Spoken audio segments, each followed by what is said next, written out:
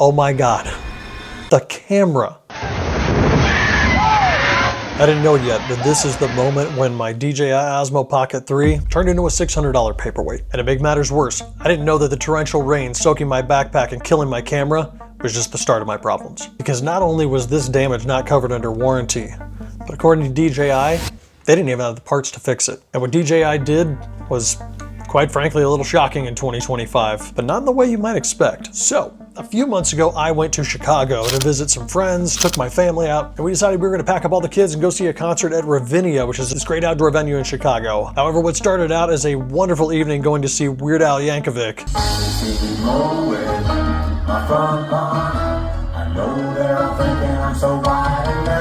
turned into an absolute catastrophe. And while I had it with me, I decided not to take the A7R5, but instead opted for the little DJI Osmo Pocket 3. I figured it'd be fun to get some footage of the kids running around, just some family vacation stuff. But oh boy, that single decision ended up costing me big, because a storm cell rolled through that was not expected, and the rain was biblical. It was difficult to even pack up to leave, and by the time we went, we were walking out in standing water up to our ankles. Every stitch of clothing, every bag, every pocket, everything was soaked. And I didn't realize until we were all dried up and back at the hotel. Oh my God, the camera. I tried all the normal tricks, ran the hairdryer over it to try to get any excess water off. I put it in rice for 24 hours.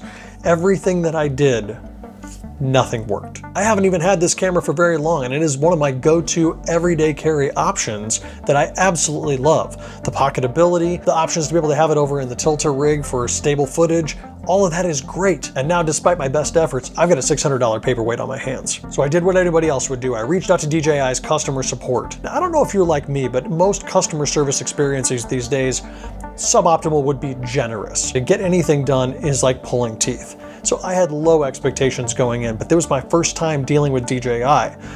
And it's probably not gonna be my last, because I really like their products and I'm gonna need services as the years go along. So I opened DJI's mobile app and I put in a ticket, customer support ticket, directly from there. Okay, that was easy. So this should be a breeze, right? Wrong.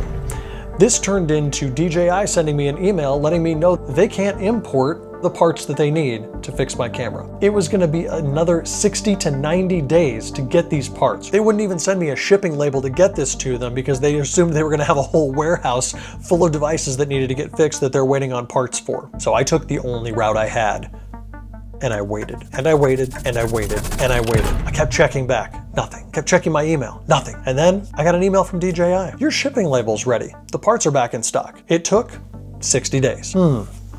Inconvenient, but they were right on their estimate. But what happened next actually did shock me. My phone rang and it said DJI customer support, and an actual human being followed up with me to make sure I'd gotten the shipping label, I was able to get it boxed up and sent back, and set expectations on what the next steps look like. Amazing. I got a notification as soon as they'd received it. I got a notification as soon as it had been triaged and they knew what was wrong with it. I got a follow-up phone call to validate that I wanted to in fact fix what was wrong with it so that they could get things moving. I got a shipping notification when it sent out, and I got a follow-up phone call when this was all done to make sure that it met my satisfaction and that the repairs had solved my problem. I cannot think of the last time that anyone has given me customer service like DJI has. I thought for sure I was gonna have to buy a brand new one of these, and it ended up being about $350, a far cry from the full $600 I was ready to spend. And now,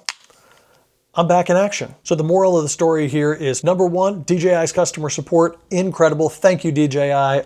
Amazing. I thought the pricing was fair and reasonable for something that was basically trashed. And I look forward to doing more business with DJI, because you can be sure that the experience like this definitely left me feeling like I could trust them to get the job done and help me out when I needed it. Second, if you're gonna be using the Osmo Pocket 3, make sure you bring some form of waterproof container that you can put it in if weather really does start to turn. Save yourself the headache and the heartache and the cost. And lastly, I'm now searching for an action cam that I can take with me for exactly these type of occasions where I don't know what I'm about to get into. I can tell you which brand I'm going to be looking at for that. Honest customer review from an honest customer who had great service. Don't have to make it more complicated than that. And if you want to see how to get rock solid and stable footage with this Osmo Pocket 3, click the link right over here. I'll catch you on the next one.